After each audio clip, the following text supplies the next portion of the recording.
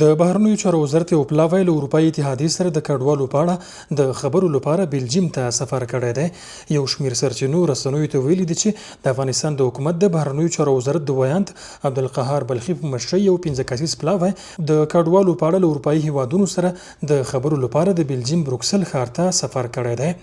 که څه هم دا سفر له اروپایي هیوادونو سره هلته د افغان کډوالو په تړاو په خبرو راڅرخي، خو د چارو د شنونکو په خبره دا ډول سفرونه کولی شي په نورو برخو کې هم له اروپا سره همکاریو ته لار هواره کړي. مسله د دغې نه ورې خوا هم شته چې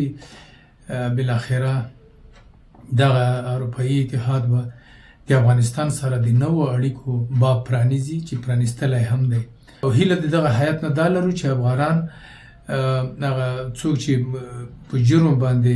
مبتلا دي او دوسیې پای ته رسېدلي دي، هغو په مورد یو بحث، بلکې د هغو افغانانو چې هغه په هماغه ځای کې دي د کار موندنې، د میشت کېدنو، د اسنادو د جوړونو دپاره باید د اروپا د اتحاد سره کار وکړي، ځکه هېواد ته موږ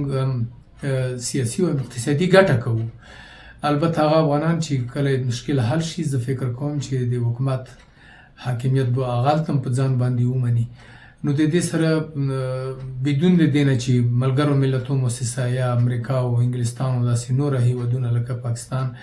چې د افغانستان نږدې کېدل د نړیوالې ټولنې سره نه غواړي، نو دا ډېره ښه خبره ده. په دغه نه باید موږ د فرصت نه ښه ګټه واخلو. دوی زیاتوي چې په بشپړ ډول په افغانستان د حاکم نظام په توګه هیوادونه د مختلفو مسایلو په اړه له افغان حکومت سره مستقیمو اړیکو ته اړتیا لري، ترڅو په بېلابېلو برخو کې تفاهمات رامنځته شي. اروپایي اتحادیې هیوادونه د افغانستان اسلامي امارت سره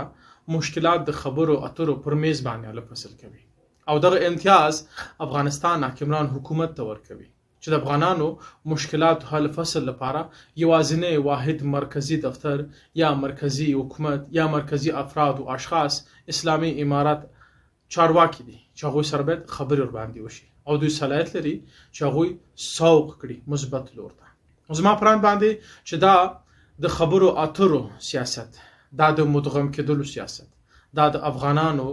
غږونو ته د غوږ کېښودلو سیاست. اروپایي هیوادونه هڅه کوي هلته په بېلابېلو جرمونو ککړ افغانان له افغان حکومت سره په همغږۍ افغانستان ته ډیپورټ او د کډوالو په تړاو له افغان حکومت سره نږدې اړیکې رامنځته کړي. که څه هم جرمني او ناروې هیوادونو کې د افغانستان سفارتونه د افغان حکومت په واک کې دي، خو دا لومړی ځل دی چې اروپایي اتحادیه د افغان کډوالو پر سر د خبرو لپاره د افغانستان د حکومت یو پلاوی بروکسل ته وربولي.